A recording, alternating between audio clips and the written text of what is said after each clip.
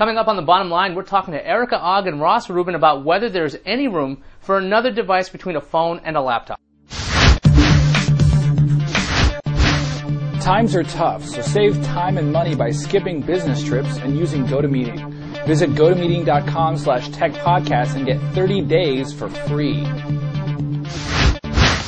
Bill Gates was unimpressed with Apple's iPad. He says the devices like that need a pen, voice control, and even a keyboard. Erica, what do you think about Gates' statement? Well, I think he clearly has an idea of what a tablet-like device should do, and his statement sounds a lot like what Microsoft first came up with, years and years ago. So I guess it's not surprising what he said. Yeah, I mean, they've wanted tablet displays to take off for a while. They've had smart displays and things like that. Same question for you, Ross. Do you think Gates has a point here? I mean, or is he hanging on to the old Microsoft way of we need to have a tablet computer that has a pen and stylus?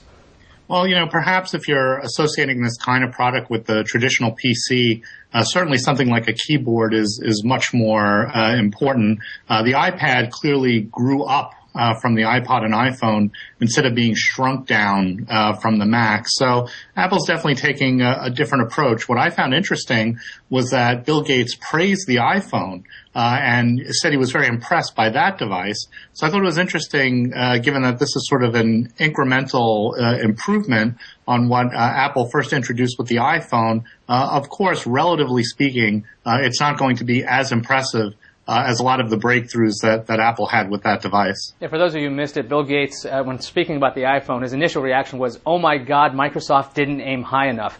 Now, whether he was being facetious, we don't really know. I guess if the reporter from BNet could let us know. I think he was being serious because that was quite a leap, and I think one of the reasons the iPad isn't taking people by storm, it seems a bit evolutionary and not revolutionary, as Apple likes to say. Ross, do you think there is a perfect device between a phone and a laptop? Is there anything? Well, it's a real challenge, a real holy grail that the industry has been chasing for many years. And last week I actually wrote a column that talked about the narrowing of this gap as smartphones continue to get smarter and ultra-portable computers continue to get more portable and less expensive. To the extent there was a gap in years past, maybe 5 years ago, it's significantly narrowed now. Erica, you covered the iPad extensively when they unveiled it. I think was that just 2 weeks ago, maybe a week ago? I'm curious about your opinion. Do you think there actually is room for a device between a laptop and a phone? I mean, this is an in-between area. There's really nothing out there other than, I think, ebooks is kind of filling that gap. Is there room for a color screen device, or what do you see filling the space? I definitely think there's room. Whether people are going to decide that they absolutely must have this is different. I don't think there's anything wrong with putting something out there in between these two devices. And I think that a lot of the confusion or sort of like, it seems like a lot of people are kind of mystified by what the iPad actually is.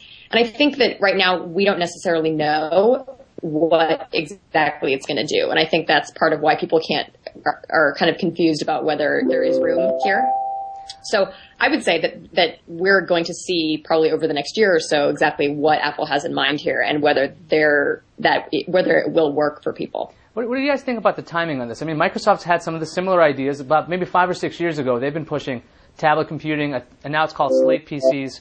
And somebody's AIM client wants to interrupt me, so thanks. And anyway, the point was that Microsoft's had these ideas for some time now. Do you think that the time is right at this stage in technology that something from Apple could succeed, or tablet PCs as a whole could actually succeed where they have failed in the past, other than to make traction in, I think, in the industrial worlds and hospitals? Tablets just haven't taken off here.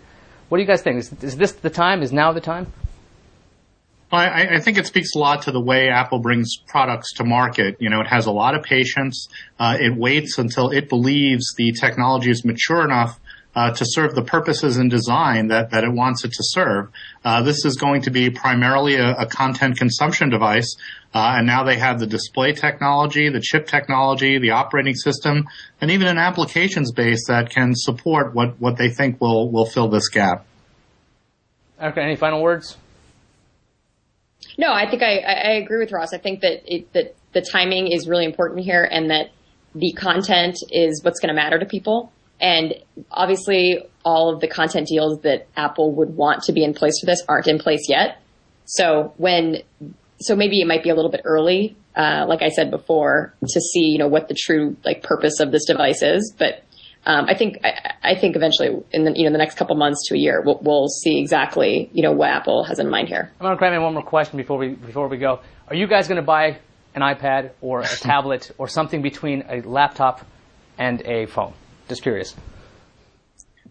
I mean, I could see some scenarios for it. Certainly something to put on the exercise bike rack. Erica? That's definitely one usage. I can definitely see. I can see what the benefits would be. I don't think I'm personally in the market for it right now. Yeah, that's pretty much the same opinion here. No, everyone seems to think it's an interesting idea, but no one wants to actually put their money down for it. Okay, guys, we are out of time. Thanks to our guests, Erica Ogg of CNET and Ross Rubin of NPD Group. I'm Ayaz Akhtar, and thanks for watching.